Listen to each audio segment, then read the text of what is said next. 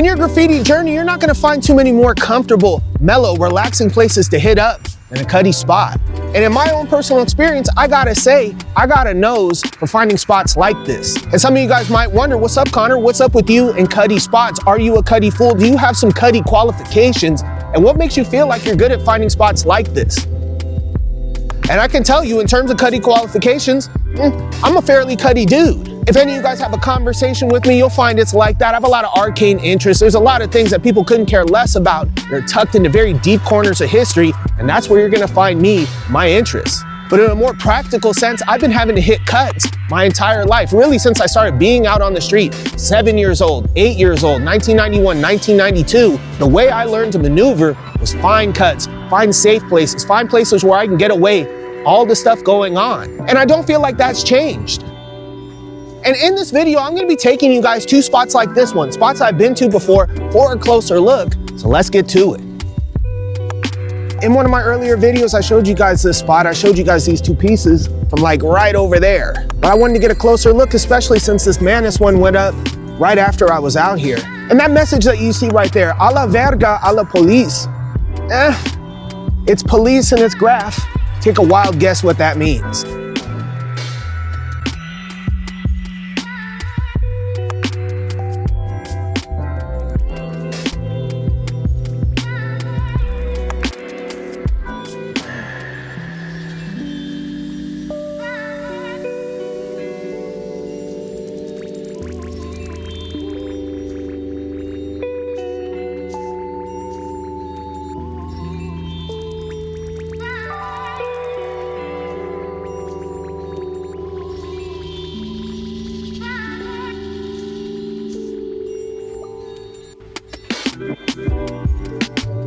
There's something that needs to be said.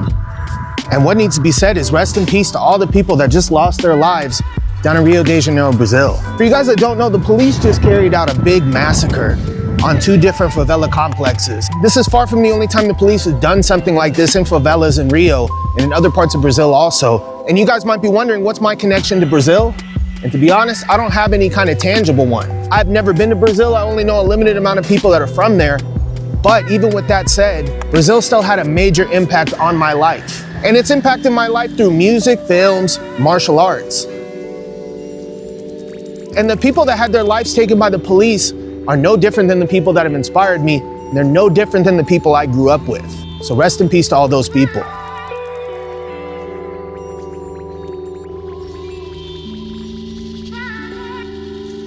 And these tags are almost like the pichação that you see in Sao Paulo, pichação that I've spoken on before. This is more so akin to that than most of the kind of graph you're gonna see here in Asheville.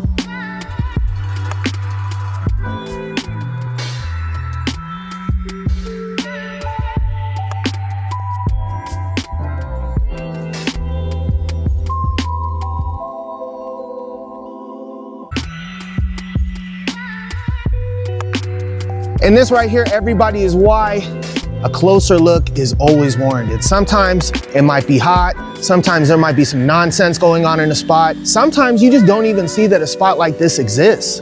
And that other spot that I was just at led me to this spot. So my advice would be, if you ever find anything interesting, go see just how interesting it really is.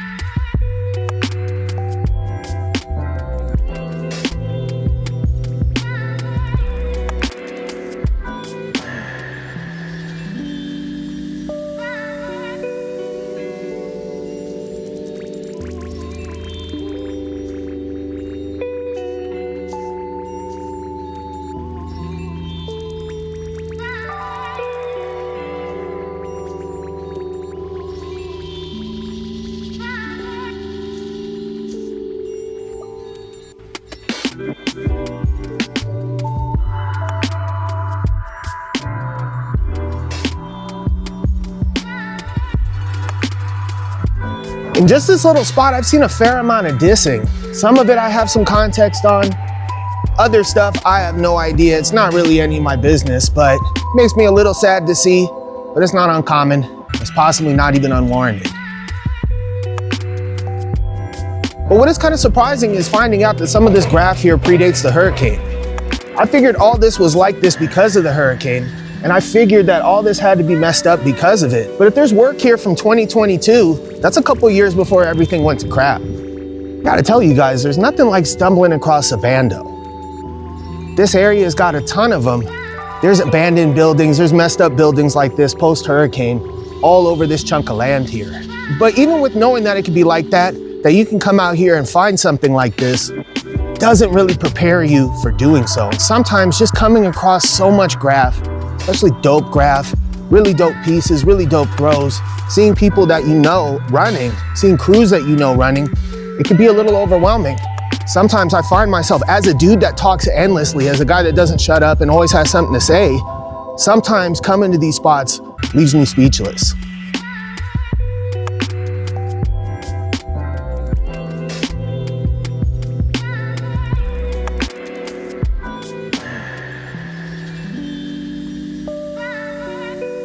And if some of you guys are thinking, hey Connor, this seems like a dope spot that you could come back to and bust a piece at, I'll let you guys know, I'm thinking the same thing.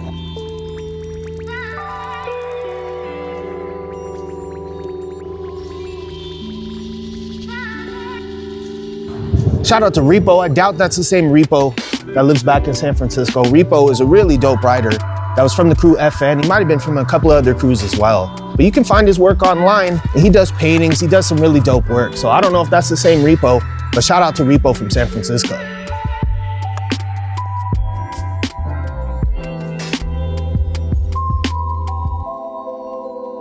And look at that, 2017 jewel piece. This was dope 8 years ago. This is a dope piece. But if you guys have been watching these videos, you see how far Jewel has come since doing something like this. This is almost elementary compared to Jewel's current work.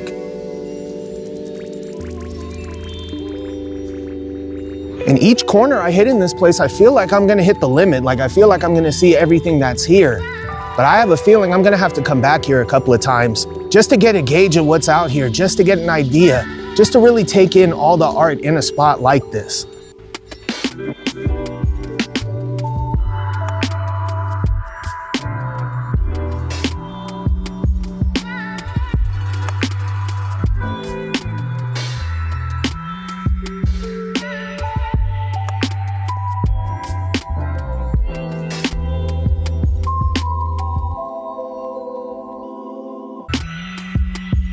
This place looks like it has a straight moat in it, like it's a castle.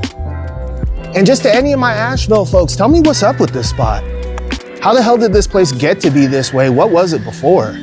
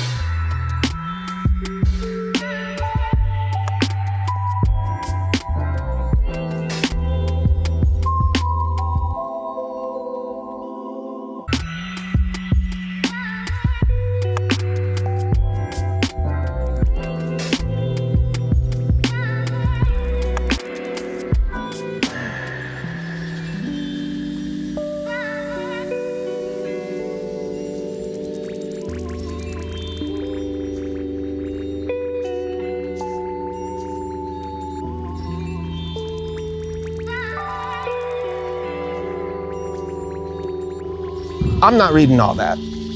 Sorry, fool, but I got stuff to do.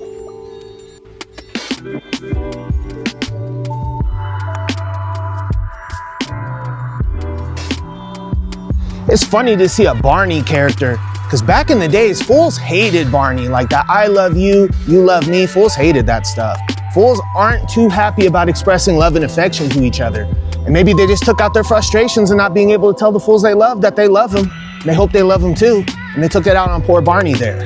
In addition to Barney, you got Santi here with that axe. That axe that my mom spoke on that I gotta figure she was right about.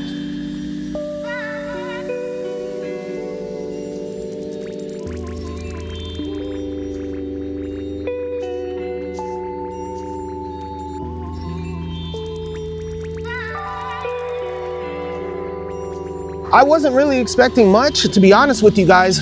I got out of bed today tired as hell. I got a good maybe 3.5 hours sleep, maybe 4 hours of sleep. Wasn't really feeling it today. Wasn't really feeling like coming out and doing a damn thing. And didn't really expect to see much. And sometimes when you really lower your expectations, sometimes when you just go out there with an open mind, you end up coming away with way more than you could have ever expected. Shout out to the Lord's crew. Wait, hold up.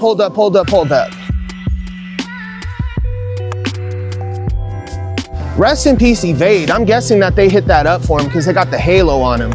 But Evade KUK, Kill Until Killed, was not expecting to see that. And if there is a sign that I need to come back here, that's the sign right there. So thank you guys for joining me on this journey. I'm gonna hit you guys with another one of these guys soon, but stay up in the meantime.